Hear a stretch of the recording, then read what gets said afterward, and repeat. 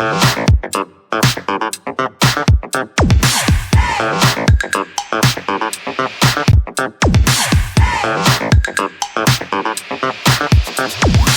in four-part, Part 1, Part 2, Part 3, and Part 4. Now look at Part 1.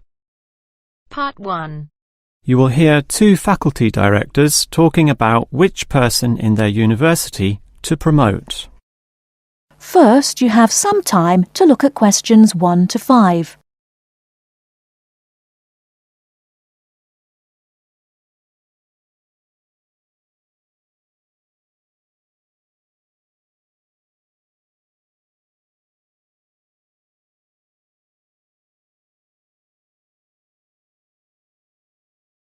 OK, we've got to decide who to promote to leading education officer. Someone from the arts faculty, I suppose. Well, it can be from any faculty, since the position requires more general skills. Handling personnel, settling disputes and motivating them to focus on the task. It was the last position which involved computer knowledge, not this one. Surely computer knowledge would help. So too would knowledge in the arts. Sure, it would help, but the key criterion is being able to direct the staff appropriately. So it doesn't matter then from which faculty we select our candidates? Not really, but I've already looked at those from computing and rejected them all. Why? They're all too new, lacking in sufficient experience, whereas these ones from the business faculty are long-timers, so we'll take someone from there. I suppose you're right. The arts faculty doesn't present much in the way of suitable candidates either. But we'll still have to train the person, teach the ropes, as they say, and he or she will have to expect to do overtime as needed. Of course, it can get so busy that if we were open on the weekend, they'd have to work then as well. Just as well we're a Monday to Friday university, right? Right. But are you sure these people will actually want the job? The salary isn't such an improvement on their current ones. I know, but there are benefits. You get overtime rates, a nice place to put your car, as well as additional petrol money if you drive for company purposes, which they'll probably be required to do. But those benefits are quite limited, especially given all the work and responsibility involved. People often don't like that. They prefer the creative freedom of less senior teaching positions. Yeah, I know. But these candidates should realise that if they do this job well, there'll be more promotions down the line. You know how everyone likes having their own office, right? Sure. Well, that would come after a few years, if they're prepared to work hard and grow with the university. Yes, that should attract these people. Before you hear the rest of the conversation, you have some time to look at questions 6 to 10.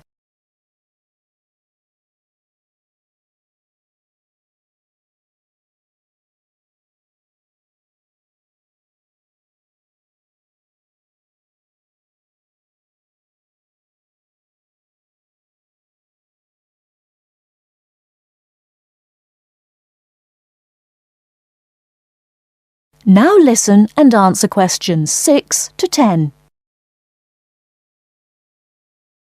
Well, that's enough talk about the job. What about the actual candidates? How many do we have? I've narrowed it down to 4. Just using their first names, that's Stephen, Abdul, Lek and Oscar. As you said, there's quite a bit of experience between them, about 34 years in all. What's the exact breakdown of figures? Abdul and Stephen both have 7 years. Lek has 1 more, and Oscar is the most experienced at 12. But who's the most qualified? Stephen and Abdul have an MBA. Oh, sorry, Abdul's got something called a MBP, some foreign thing which translates as Master of Business Practice. I'm not sure what that is, but does he do the job well? Very well, apparently. Better than Lek and Oscar, who hold a degree and some certificates respectively. But we have to think about any drawbacks. You know, possible issues with any of them. I asked their respective deans for feedback, and I found out that Stephen, the younger one, drinks a bit. So he has a problem with alcohol? No, he never drinks to excess, but at the bar he's often expressed his intention of moving on, of teaching abroad. Ah, he's not stable. Not stable at all, apparently. We'll never know for how long he'll hold the job. We need stable personnel, and people without family problems or sick relatives like the last guy we promoted. What about Abdul then? Will he do? He might do, except his English language ability is limited. It's functional but a bit broken, and meaning is sometimes lost. That's not the problem with the next candidate, Lek, who has good language ability, but this job involves handling people, and his dean says Lek's attitude is bad. In what way? His manners are okay, and he's interested in his job, but he believes there should always be adequate leisure in life. He definitely won't work overtime and complains a lot already about his job. But this last candidate, Oscar, is probably not the right one either. Why not? Not another problem with language. His first language isn't English, but he speaks it well enough. He's stable with a good attitude, but his age is the problem. Age is not a problem. That would be ageism, and I don't believe in that. But with his age comes health problems as well, and serious ones at that. Oh, that might be an issue then. That is the end of part 1. You now have half a minute to check your answers.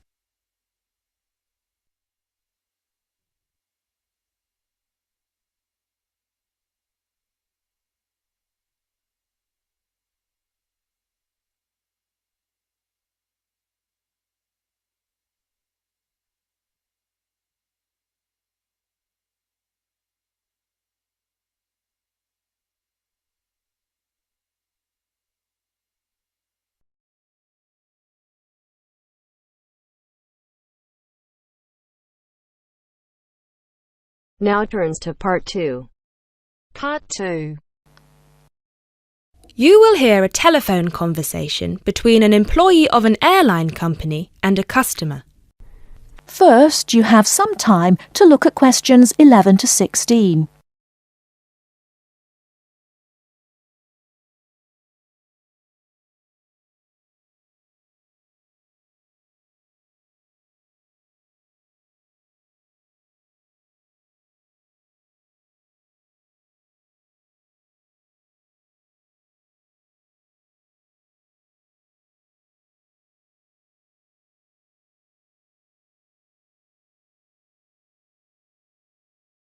Now, listen carefully and answer questions 11 to 16.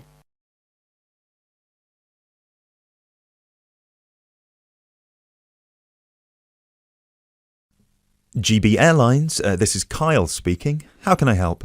Hi, my name is Matt Walsh. I'm calling on behalf of Mr. John Sparrow to claim expenses for a delay in his flight last week. Good morning, Mr. Walsh. Thank you for calling.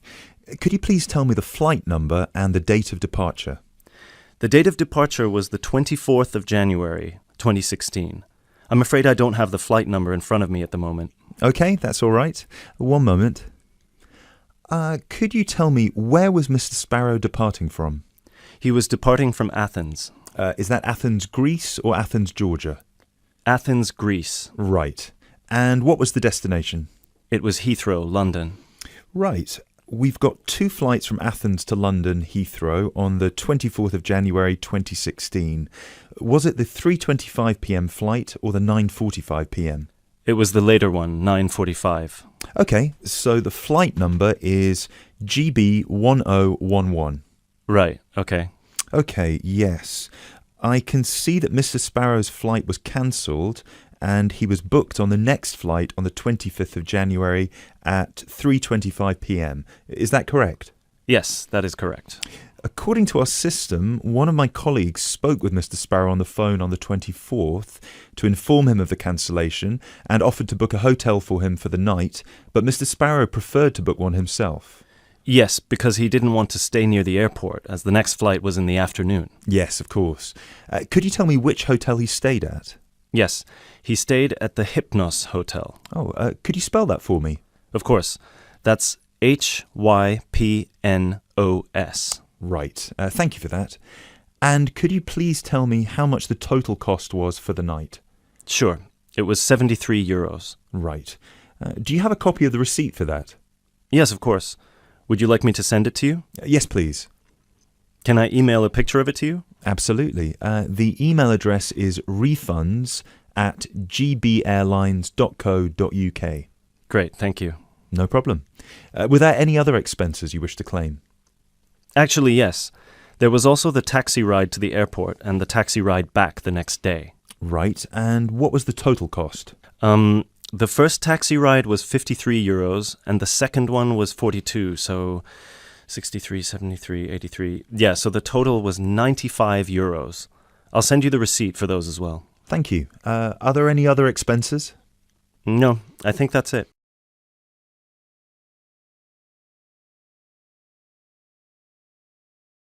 Before you hear the rest of the talk, you have some time to look at questions 17 to 20.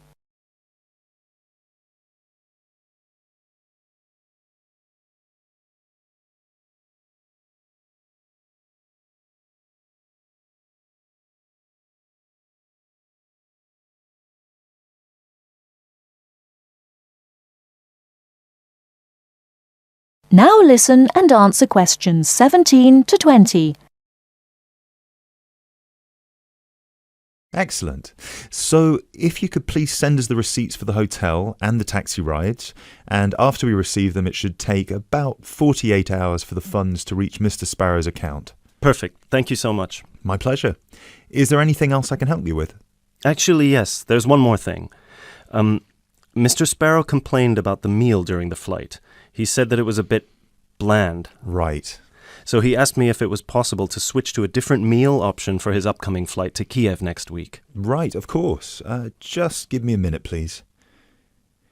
Right, I see that Mr. Sparrow had the light meal option for his flight to London, and you would like to change that. What would you like to change it to? What are the other options? We've got 12 different meal options. Would you like me to list all of them for you? Well, Mr. Sparrow has told me that he would prefer something without meat. How many of these do not contain meat? We've got 3 meal options without meat. We've got the vegetarian option, the vegan option, and the Asian vegetarian. What's the difference? There's a variety of different dishes served with each option. For example, next week the vegetarian option will be a small spinach and feta cheese pie, a bread roll, a salad, and tropical fruit. And the vegan option? The vegan option doesn't include any dairy products, and it also doesn't include fowl, eggs, or honey. I'm afraid I don't have the specific menu for this week, but I can email it to you as soon as it becomes available. Oh, could you do that? That would be great. Yes, of course. I can email you a detailed description of all the meal options if you like. Yes, please. No problem. Please do not forget to call us back to change the meal option. You need to do that 48 hours before the departure time for international flights and 24 hours for domestic flights.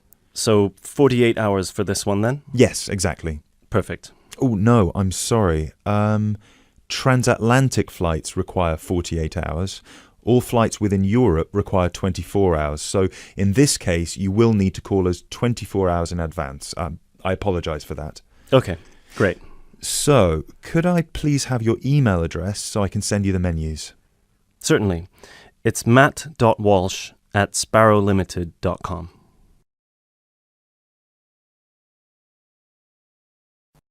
That is the end of part 2. You now have half a minute to check your answers.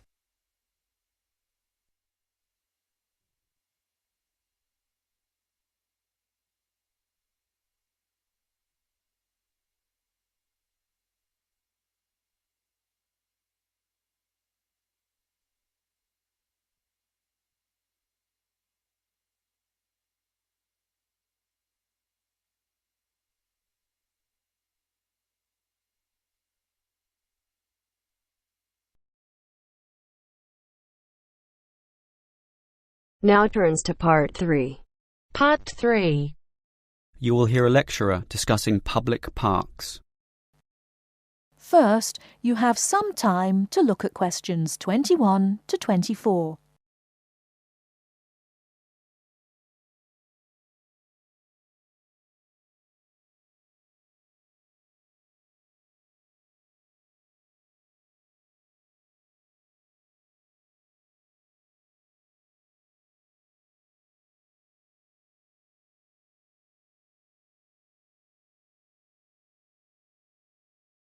Now, listen carefully and answer questions 21 to 24. Most of us are familiar with a local park. We spend time there, play there, and have some of our best memories in these places. But what is a park? Basically, it can be defined as a natural, or at least semi-natural, piece of land, planted with a variety of trees, bushes and flowers, protected and reserved for the enjoyment of all citizens.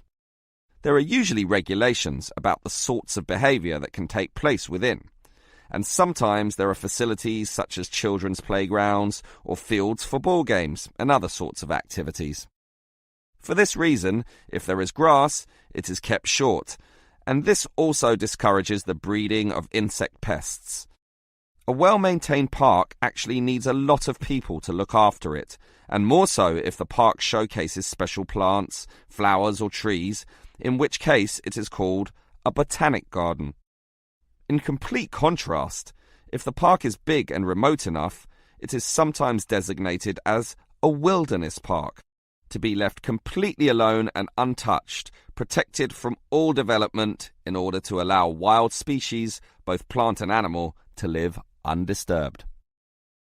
But it is the urban park, the sort of park that most people are familiar with, that I want to talk about now. These preserve natural landscapes for the pleasure of the urban population, most commonly just for passive recreation. In other words, allowing people just to observe the trees and lie in the grass, and such passive recreation is certainly needed. Before you hear the rest of the talk, you have some time to look at questions 25 to 30.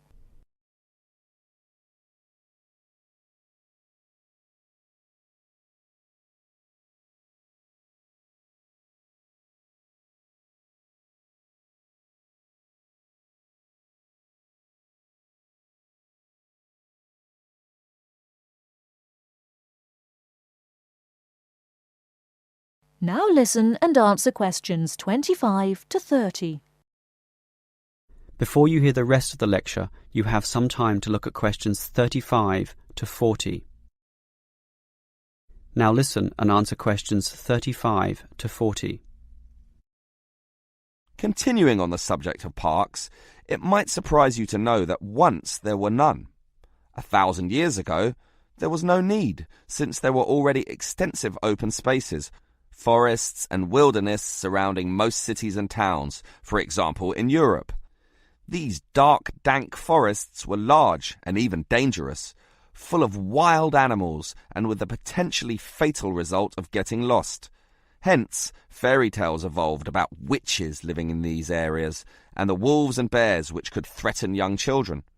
However, with the rapidly increasing human population, the original wilderness and natural open spaces were intruded upon. Forests were cut down as population spread, and with them urban pollution and further deforestation. But it was only with the advent of the Industrial Revolution that people realized natural areas needed to be preserved to give the populace access to the sort of nature that was fast disappearing due to the uncontrolled development and demand for resources. The first park expressly designed for that purpose is usually considered to be Prince's Park in Liverpool. This was in 1841 on land donated to the public by a rich iron merchant. With such a generous donation, worth about £50,000, the council decided to invest £5,000 of its own money in making it look good. Consequently, they hired a landscape designer, Joseph Paxton, who designed twisting turning pathways among shade-giving trees, all based around a central lake. In many ways, it became the prototype for all later large parks, including the famous Central Park in New York. But if we were to pick the park that most people are familiar with, it would be the much smaller neighborhood park. These can be tiny, but by being in the midst of extensive development and dense populations, they are increasingly seen as a refuge where one can get a glimpse of true nature. Many psychologists now maintain that this glimpse is necessary, for ultimately, as a species, we have an innate affinity for nature, and the concrete urban zoo clashes with our inner being. This, has seen the rejuvenation of many urban parks that were once left to decay, for example, in New York or London, and indeed some cities such as Melbourne are known all over the world for their abundance of carefully maintained parks, including a world-famous botanic garden. That is the end of part 3. You now have half a minute to check your answers.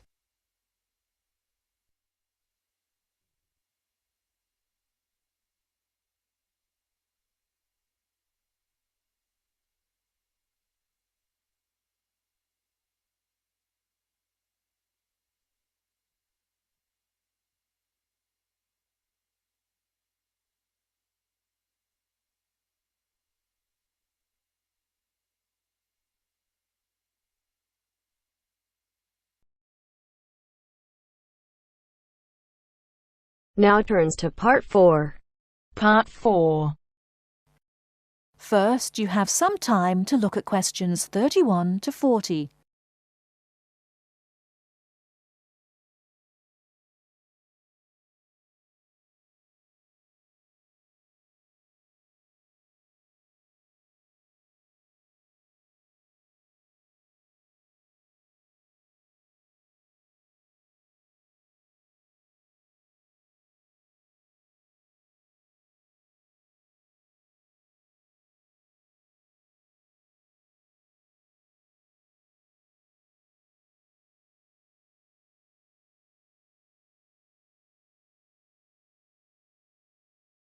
Now, listen carefully and answer questions 31 to 40.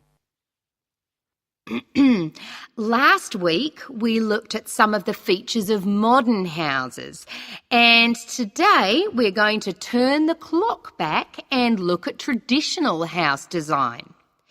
I've chosen to start with Samoa, which is part of a group of Polynesian islands in the South Pacific Sea, because the influence of culture and weather on house design is quite clear there. So let's have a look at, first of all, at the overall design of a traditional Samoan house. Now, these days, houses in Samoa have become more modern and are usually rectangular. But traditional designs were round, or sometimes they were oval in shape. Here's a picture. This traditional style is still used, often for guest houses or meeting houses, and most Samoan villages have at least one of these buildings. As you can see, there are no walls, so the air circulates freely around the house. Samoa is a place that experiences high temperatures, but the open design of the house also reflects the openness of Samoan society. If the occupants want shelter, there are several blinds made of coconut leaves that can be lowered during rainy or windy weather. Or indeed, the blinds can also be pulled down if people want some privacy. The foundations of the house, that's the part beneath the floor, are raised slightly. In the past, the height was linked to the importance of the occupants, which we'll talk about another time. However, the floor of the house was usually covered with river stones. Today, we have a range of methods for balancing the temperature inside a building, but the stones on the floor of a Samoan home are ideal for cooling the building on hot days. Now, let's have a close look at the roof. This, as you can see in the picture, is dome-shaped and traditionally thatched or covered with leaves from the sugarcane. That's an established crop in Samoa.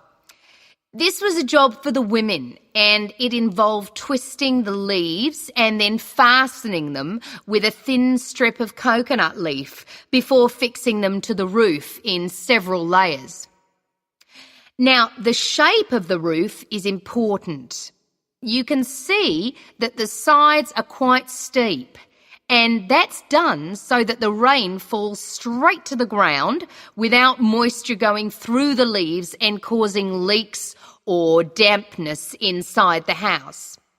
Then you'll notice how high the top of the roof is.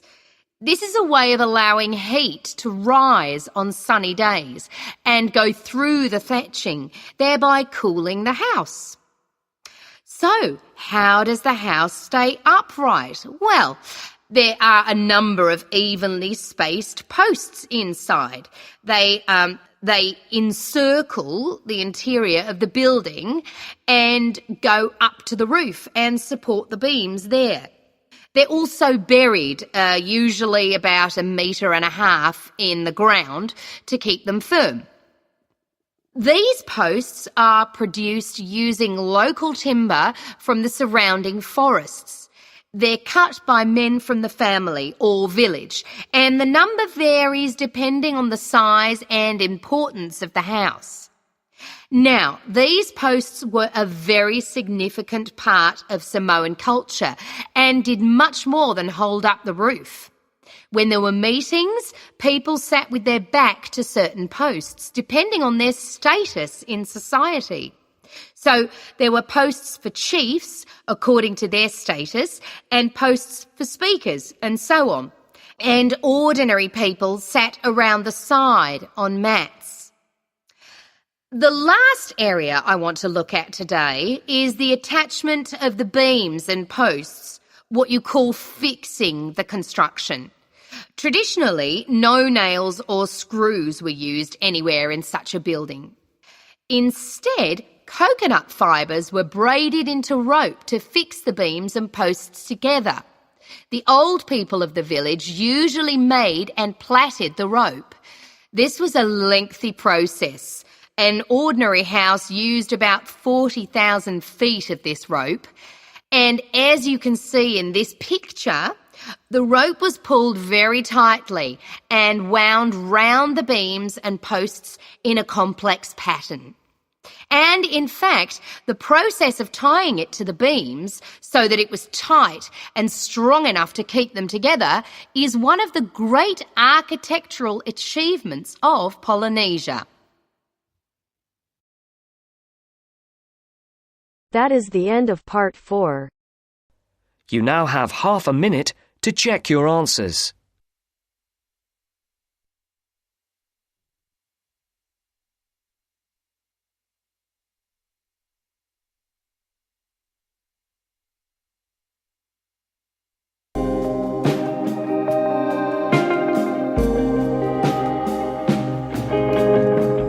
That is the end of the test.